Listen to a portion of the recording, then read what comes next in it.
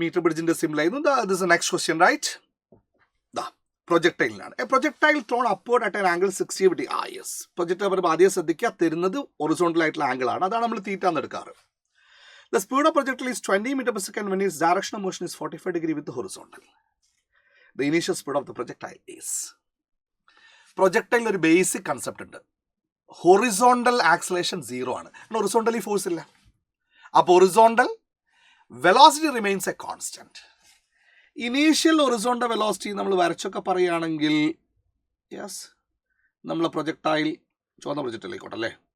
Yes, അതിൻ്റെ initial velocity yes this one, ഈ angle theta. അപ്പോൾ ഈ കമ്പോണൻറ്റ് ഇതല്ലേ ഹൊറിസോണ്ടൽ വെലോസിറ്റി യു കോസ് തീറ്റ.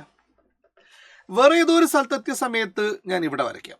ഇവിടെ എവിടെ എത്തി, നേരെയാണ് ഉദ്ദേശിച്ചത് കേട്ടോ, റൈറ്റ്. യെസ്, അപ്പോൾ ഇവിടെ എവിടെ എത്തിയപ്പോൾ വെലോസിറ്റി വി, ഇതിൻ്റെ ഹൊറിസോണ്ടൽ കമ്പോണൻറ്റ് റിസോൾവ് ചെയ്ത് ഇത് ആൽഫ എന്ന് വിചാരിച്ചാൽ ഇത് വി കോസ് ആൽഫ.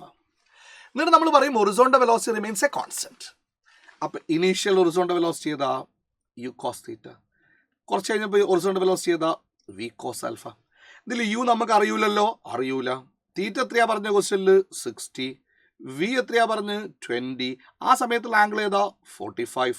അപ്പം u into 1/2 that is equal to 20 into 1/√2. അപ്പം യു ഇസ് ഇക്വൽ ടു എന്ത് കിട്ടി, 20√2 എന്ന് കിട്ടും. That is the speed of project, initial speed of projectile അല്ലെങ്കിൽ സ്പീഡ് ഓഫ് പ്രൊജക്ഷൻ എന്ന് പറയാം. Simple case.